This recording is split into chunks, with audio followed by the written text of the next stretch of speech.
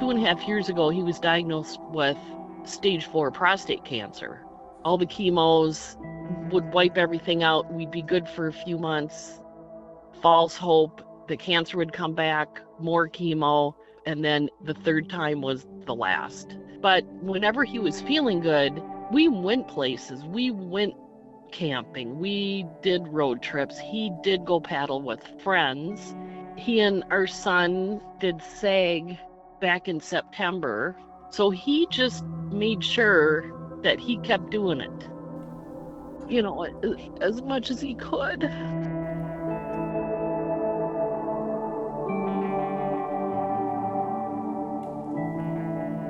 Welcome to the Paddle and Portage podcast.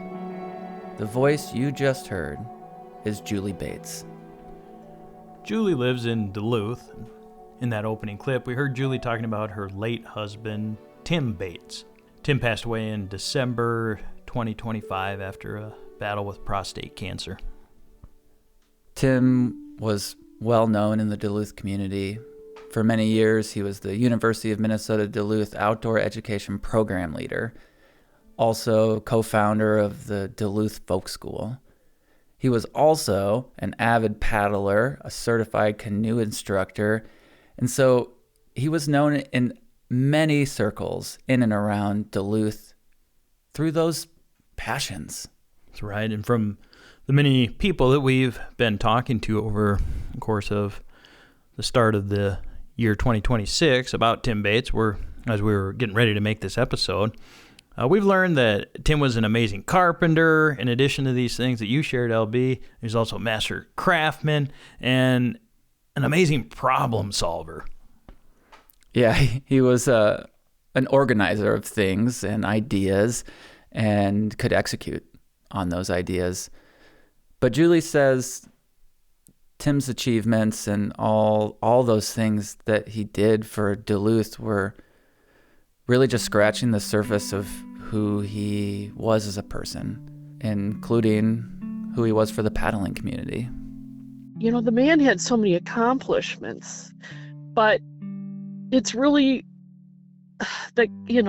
who that person was. And he was more than his accomplishments. He's just a really good person and a big love for the outdoors and, for sharing it with people and teaching people about it. And, that just ran to his core. So here's the thing about Tim and Julie and the Boundary Waters and their connection to it, none of which we knew about when we first reached out to Julie in the Duluth Folk School to learn more about Tim. For one thing, Tim and Julie have significant connections to the Boundary Waters and the Gunflint Trail. They met there back in the 80s when both of them were working at lodges up the trail. Essentially, they are OG trail kids. Right. Trail kids from the 80s. Yeah. So Tim was at Gunflint Lodge, and Julie was just down the trail at Bearskin Lodge. He grew up in Wayzata. I grew up in South Minneapolis, but we met up there. The whole culture of the Gunflint Trail.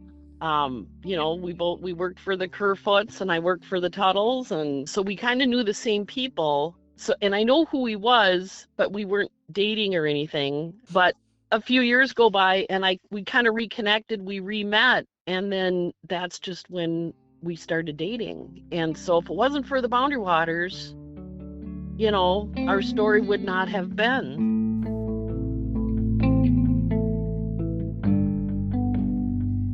So Tim and Julie met up the trail.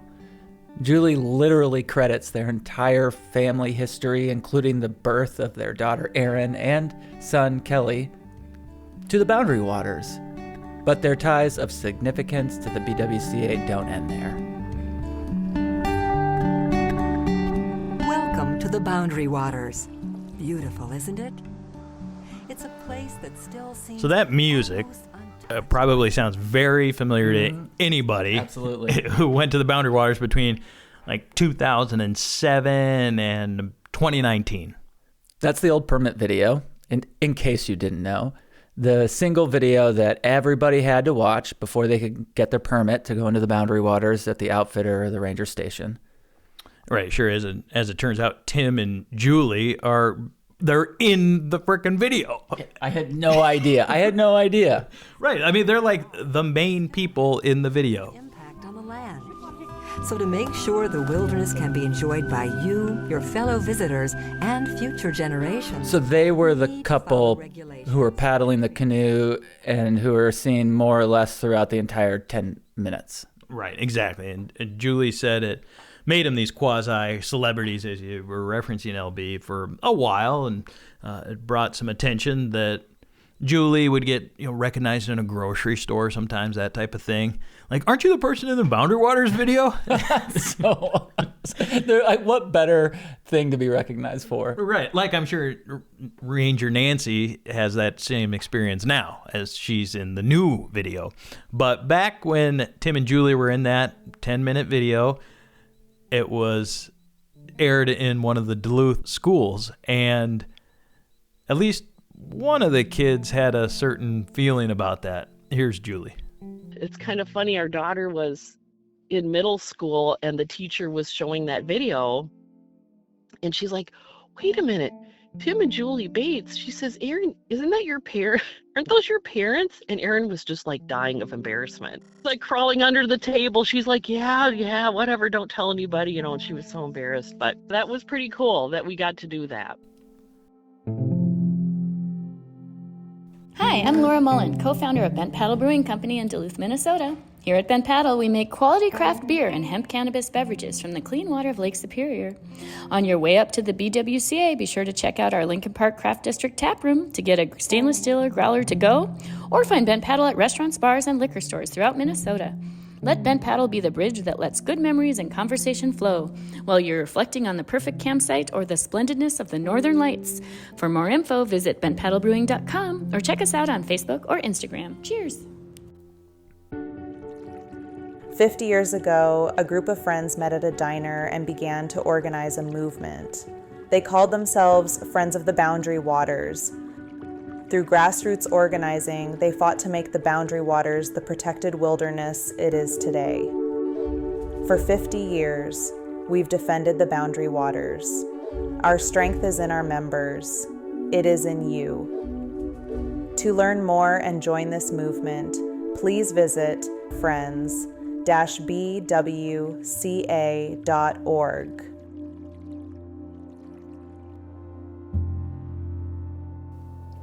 Freddie, as we know, Tim was the co-founder of the Duluth Folk School. You just went down there and met with some of Tim's friends, both in terms of who he paddled with, but also just in the sense of they were some of his best pals. Right. I went down to the Duluth Folk School on just a gorgeous, sunny, beautiful winter day and met with Ken and Pat. And these guys go back a long way with Tim, decades we're talking about. And so Ken and Pat and I spent time on the top floor of the folk school up above the Dovetail Cafe that it shares a space with. And we talked about Tim and canoeing, and we talked about life.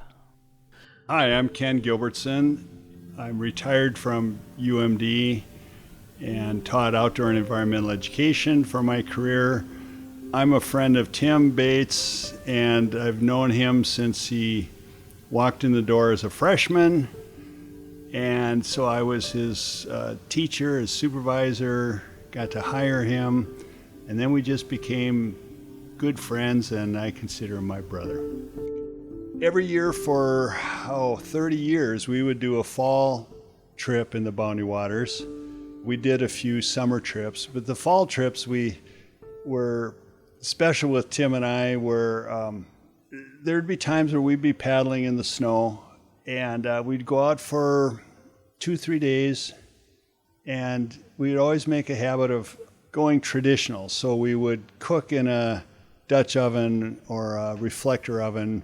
We'd always see who could cook the best cobbler, and even our meals we'd cook over the fire instead of a stove. And it wasn't extravagant, but it was an exercise in creativity and skill in camp cooking. And then we would certainly then spend the day always exploring a new trail, a new beaver stream, often Seagull, Parent Lake, Quishwe, of course Sawbill, Alton Lake, always in October. It was just expected. It was like, when is our trip? Is when we would do that. And where are we going to go this year? We were always trying to think of what's a new place to go and explore. My name is Pat Kohlin, and I have known Tim Bates for, I think, 35 years, and we were coworkers and good friends. Our last trip that Ken and I both had with Tim was last fall. We paddled from the airport on the harbor side of Lake Superior. Basically, we drove out to the end of Park Point, across the lift bridge. It's about 7 miles driving down, and then we launched our boats from a sandy beach just before where the seaplanes land and paddled along the sandy shore. Probably paddled for maybe 10-15 minutes and landed, had a campfire, cooked some hot dogs, and just chatted and had a good time. This was, I think by this time we kind of felt that Tim wasn't going to be with us for a lot longer, so it was very emotional and heartfelt. I think what I remember most about that trip was Tim was really quiet. Usually he has a lot more to say, but it was the shortest one was the last one. I think the one trip that I did with Tim in the Boundary Waters was maybe 4 years ago. I think it was before his cancer. One thing I remember most about tripping with Tim is just his strength. He's a very, very strong person, but I don't think he's ever lifted weights or been on a treadmill or done any cardio or any of that kind of stuff. He was just naturally strong guy, but his strength and just his leadership on trips has always been amazing to me. Well, to build off what Pat's saying is, I look to Tim as my leader.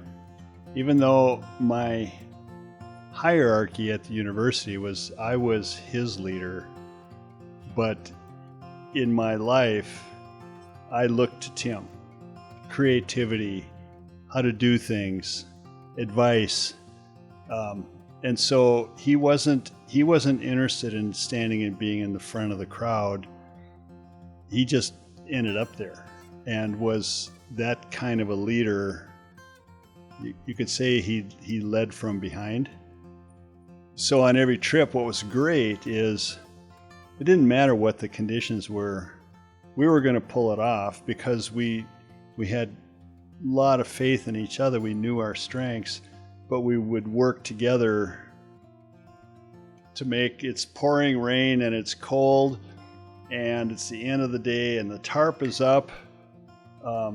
There's not a lot of chatter, but the tarp is up, firewood's gathered, kitchen's set, tents are up, fire's going, there's a pot of tea or pot of coffee on the fire, and we're sitting there saying, isn't this a nice day? And it's pouring rain. We all knew the value of wilderness that was really deep-seated, but I don't recall that we sat around and were highly philosophical. It was just kind of woven through our behavior. We didn't sit around a campfire and talk about we have to protect wilderness. We knew we needed to protect wilderness, but I wouldn't call Tim a wilderness advocate. He was a wilderness protector, and I'm sure he voted, but we didn't have those kinds of discussions. And he certainly was not an activist. Yeah, I guess it's more correct to say he advocated for, but not in a, I never heard it in a class, but he would expect respect for the nature.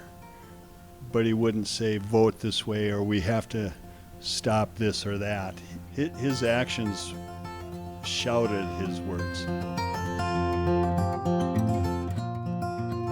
I think that we should mention too about Tim is just how good of a paddle instructor he was. It doesn't take a huge amount of skill to paddle a canoe in the Boundary Waters. He had that, but he was also American Canoe Association instructor. He was, I think, integral in bringing that level of instruction and coaching to the Northland, along with Ken here and our coworker Randy Carlson. So between sea kayak instruction, whitewater paddling, and canoeing, they left a mark on ACA, or American Canoe Association, level paddling in this part of the country. Tim was probably my best whitewater paddle partner. I always would describe it as we would dance on the water. And so it wasn't this thing of, well, turn right, turn left, why didn't you? It was just we would paddle and trust each other's skills. But we were going to run this rapid that we were debating whether we should portage, and we thought, no, we'll run the rapid. And it was early spring, so it's not something you want to swim. And there was the wave train, there was a boulder, big boulder that we wanted to miss, but also cut it close because of the big wave. We didn't want to get wet. Of course, Bates is in the bow. And as we're coming down, I've got the canoe out a little too far. And so rather than cut right next to the rock, which would take in the least amount of water, he gets a lap full of water and doesn't say a word. Classic Bates, doesn't say a word. And we get to the bottom, and of course we got to empty water out of the canoe, but we ran it, and he goes, "That was a little loose." And that's all he said, but it was like, really what he was saying is, you knucklehead, you missed your line. But that was a little loose.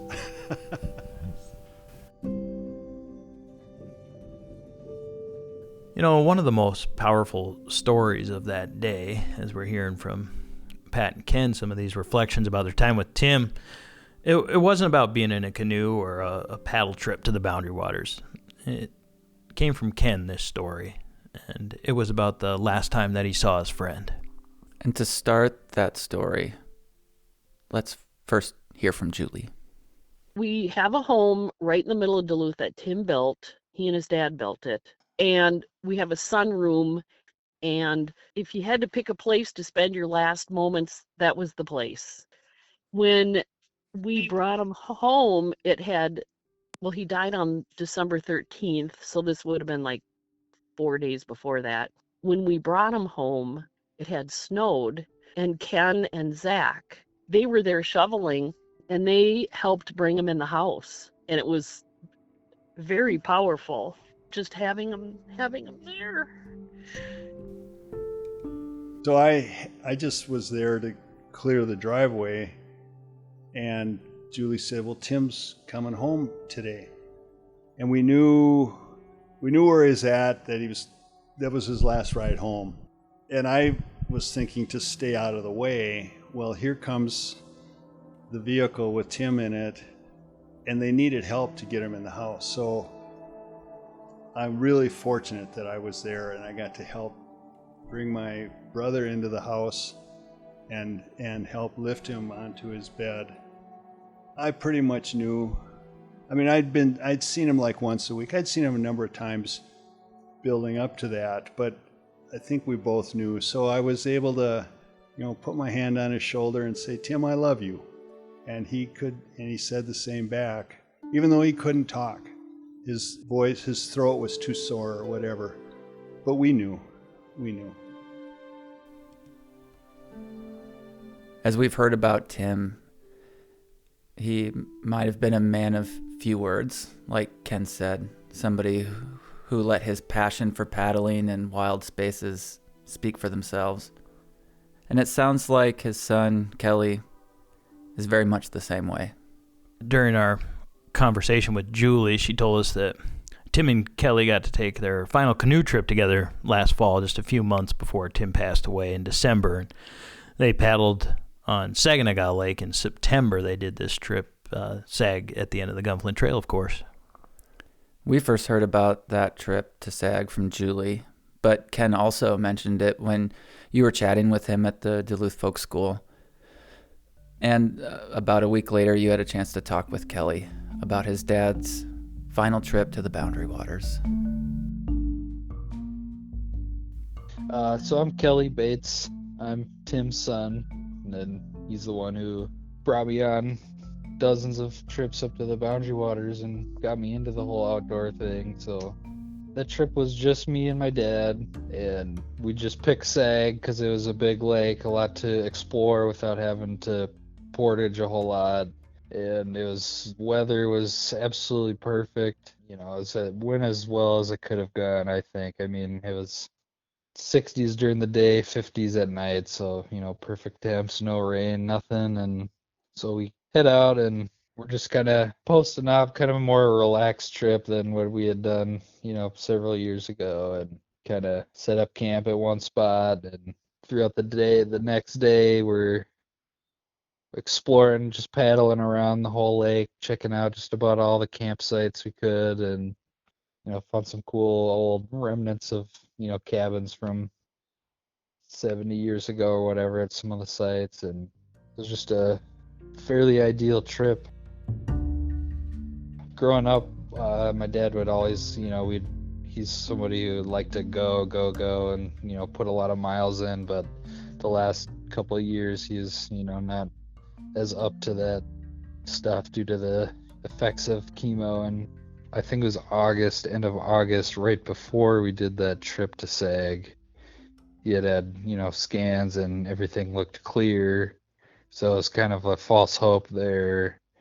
But then, we're paddling and he's saying how his back's hurting. And, in the back of my head, it's like, you really hope it's not the last trip. But, you do what you can to kind of get rid of those thoughts and just enjoy what you're doing in the moment, which we definitely did. So that was, I'm really glad we were able to take that last trip, because, if we hadn't been able to do that, I'd be bummed, because our last trip before that was a year and a half, 2 years ago. So that trip kind of fits into my last memories with my dad, and it's very important to me.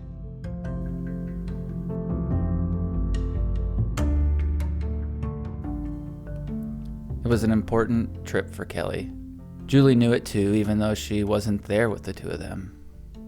They probably didn't even talk a whole lot about things. They just enjoyed being together. I also think, in retrospect, maybe without anybody expressing it, we all may have thought it would have been their last trip. And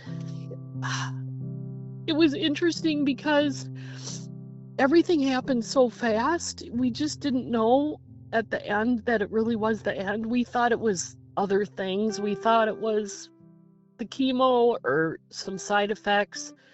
But in retrospect, he probably, was already in the dying process, and we didn't know it.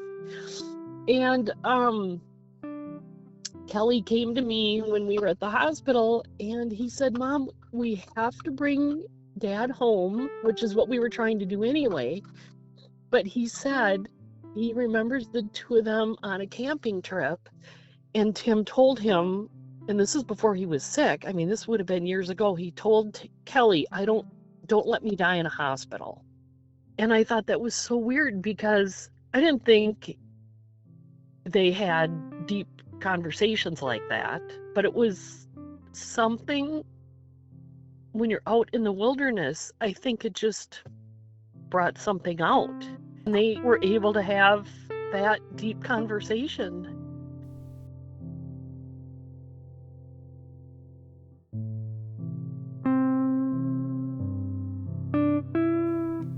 LB, those fall trips that we heard Ken talking about earlier in the episode that him and Tim made on an annual basis, and that sometimes other people would join. Even Pat made one of those fall trips. And after Tim's passing, Ken spoke to Kelly, extending the offer that the next generation now is invited to these important fall trips, that the torch, in a sense, is being passed. You know, I met with Julie and Kelly and Aaron shortly after Tim died, and they had taken him from the house. And we were sitting there talking, and I said, Kelly, you need to be coming with us on the fall trips. And that meant so much to him, because he's always been a part of it, and that he was still included. It was like, whew, good.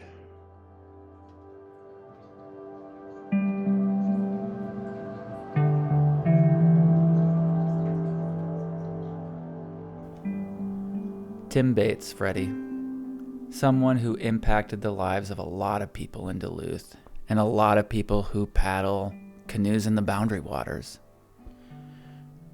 Right. I mean, he sure was. And, you know, when we were making this episode, somebody asked me during the production phase, like, as I was putting this together and talking about, you know, we're doing this story about Tim, the founder of the Folk School down there, co-founder, and we're putting this episode together, and they said, is this about Tim's life, or is it about Tim's death? What'd you say? Well, I said it's about both. I mean, and that's the same as everybody's story ultimately is.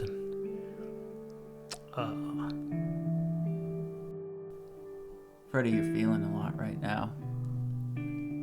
And that's okay. This is what we talk about. These stories, they matter and they mean something and they're powerful. Yeah, I mean, I think, you know, really what we know about Tim Bates is that he led a good life, a quiet life near the Boundary Waters. And for his friend Pat, that's the ultimate experience. It was the best life for Tim Bates. One thing, when I talk with students about Tim, I often tell students, most of the students are 30 years younger than I am, that Tim was my mentor. And, well, they know that Tim and I are the same age, so they're like, well, how can you be your mentor? And, well, he was, because when I moved to Duluth about 35 years ago, he was my first teacher. And he changed my life. And I don't think I can never remember Tim doing anything on his own, even though he was completely capable of doing so. Anytime the ice was good enough for ice skating, he'd give somebody a call. Let's go ice skating. Anytime the river was open enough to paddle down, he'd call somebody, at least one or two, and let's go, let's hit the river. So he was always bringing somebody along with him. I think, you know, part of that was just from his career as an outdoor educator. I know he firmly believed that one way to change people's attitude towards the environment is to have them be comfortable and amazed by outdoor experiences. And I think that kind of led basically his whole life credo was, how much can I get people involved in the outdoors, and how much this is going to be good not only for them, but for the planet as a whole. Got this out of tune, old guitar, not trying to be no star, there's enough of them in a summer's night. Oh, there's enough of them in a summer's night. Well, you can look to Venus, you can look to Mars. I will set my sights by the northern star, and in the deep dark blue come the northern lights. Oh, and in the deep dark blue come the northern lights.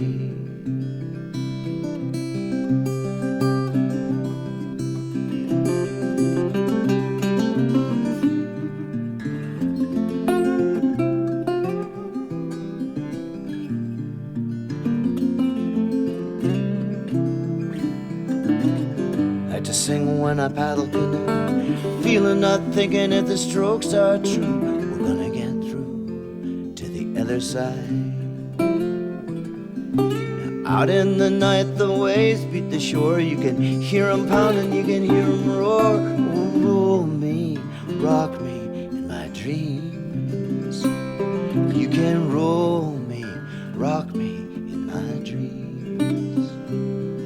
So I like to sing, I love to dance, I play the fool if I got the chance.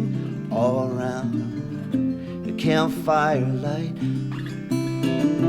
all around the campfire light, all round, all round, all round the campfire light.